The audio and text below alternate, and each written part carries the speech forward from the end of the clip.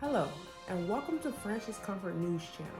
I'm your host, Kaylee on the Spot, reporting to you live regarding the funding splits that Congress has managed to successfully achieve while avoiding a partial government shutdown. If this is something that interests you, please hit the subscribe button to follow for more.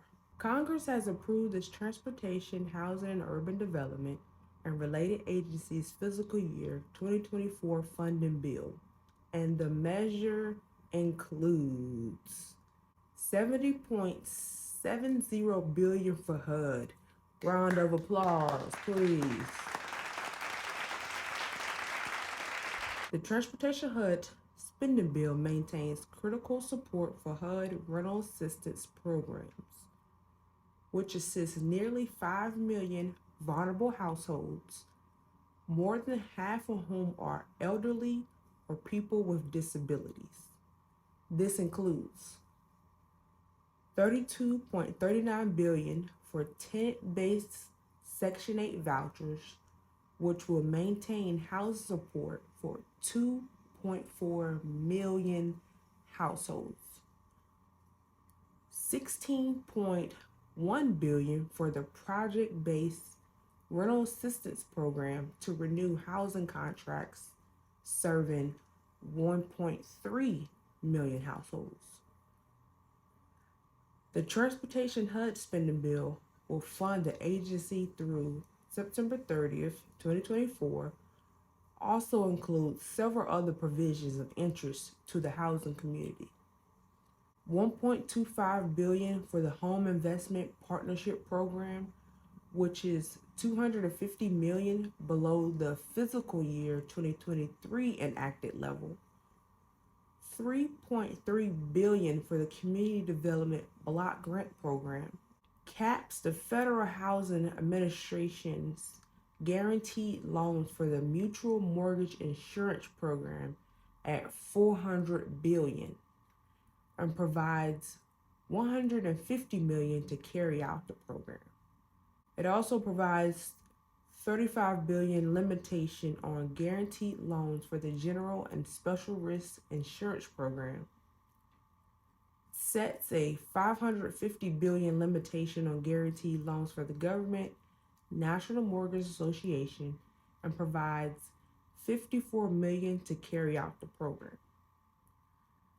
Congress also approved fiscal year 2024 spending bills for several other government agencies, including Agriculture, FDA, Commerce, Justice, and Science, Energy and Water Development, Interior, and Military Construction.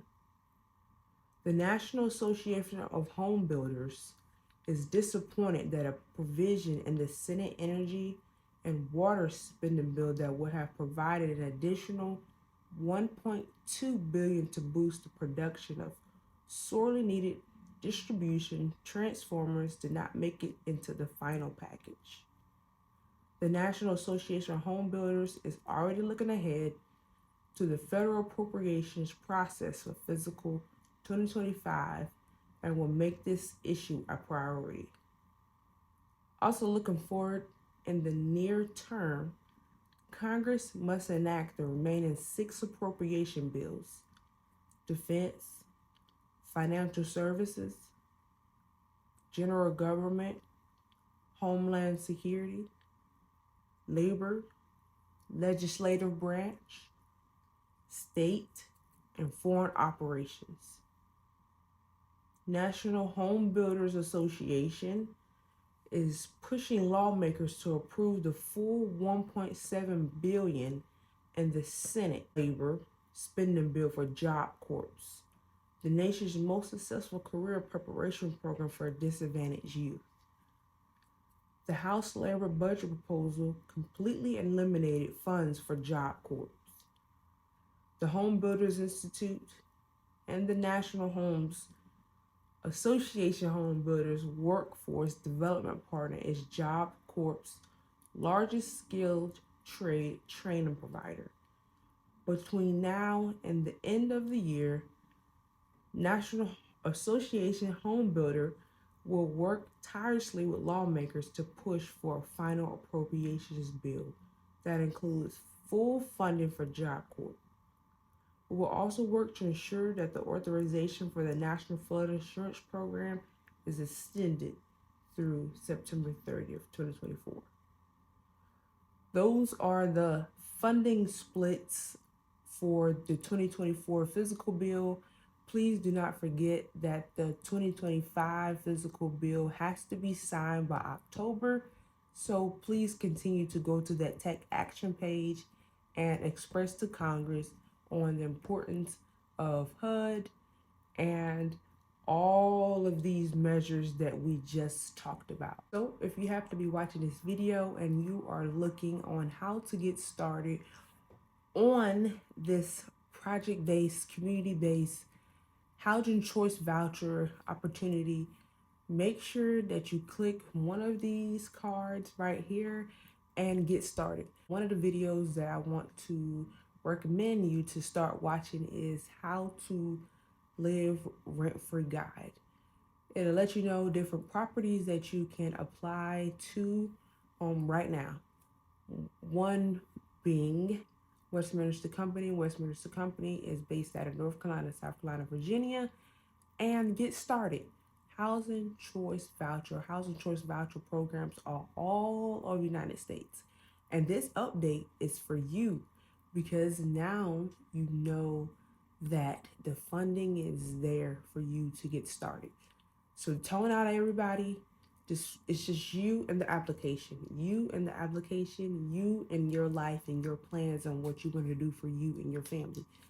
So when you hear these updates, get excited because they are news for a lot of individuals, because individuals need housing. It doesn't matter if it's through Section 8, if it's through HUD, if it's through the project-based rental assistance program, it does not matter.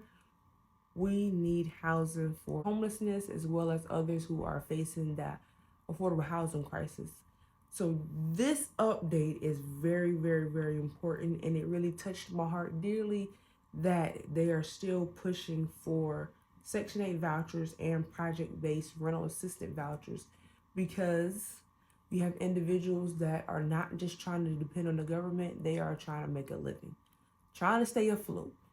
If you have not heard of Maslow's hierarchy of needs, if one's basic needs are not met, they cannot reach their full potential. So Congress approving this $70 billion for HUD will allow a lot of individuals and households, 2.4 million, 1.3 million. We're talking about a lot of families that will be able to look ahead and know that it's bright, because when individuals start feeling down, depressed, then here comes crime. When individuals' needs are not being met, here comes crime.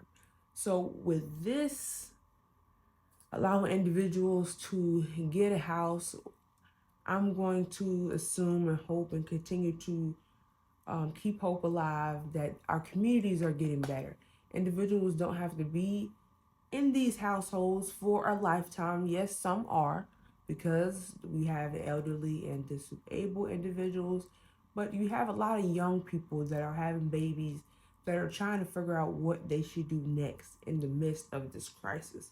So we're having this assistance programs for families to, what we like to call over here, upgrade their quality of life.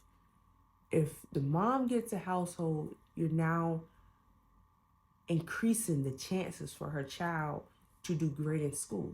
Because if a parent has a home, a child has a home. So therefore, a child can now get a proper rest for school. The child can now start to be able to just think differently. The parents can think differently. So it's not on us to say, hey, individuals are dependent on the government, because we are in a crisis. And if they are qualified for this, then hey, why not? 10 years on down the line, we never know who they're going to be, and they won't have to depend on the government. It's hard to get a job, hard to go to the military, hard to do anything if you don't even have a place to wash your clothes, If you don't have a place to take a shower, brush your teeth, do your hair, be presentable for an interview, how can we even expect to get a job if we don't have a place to do these things?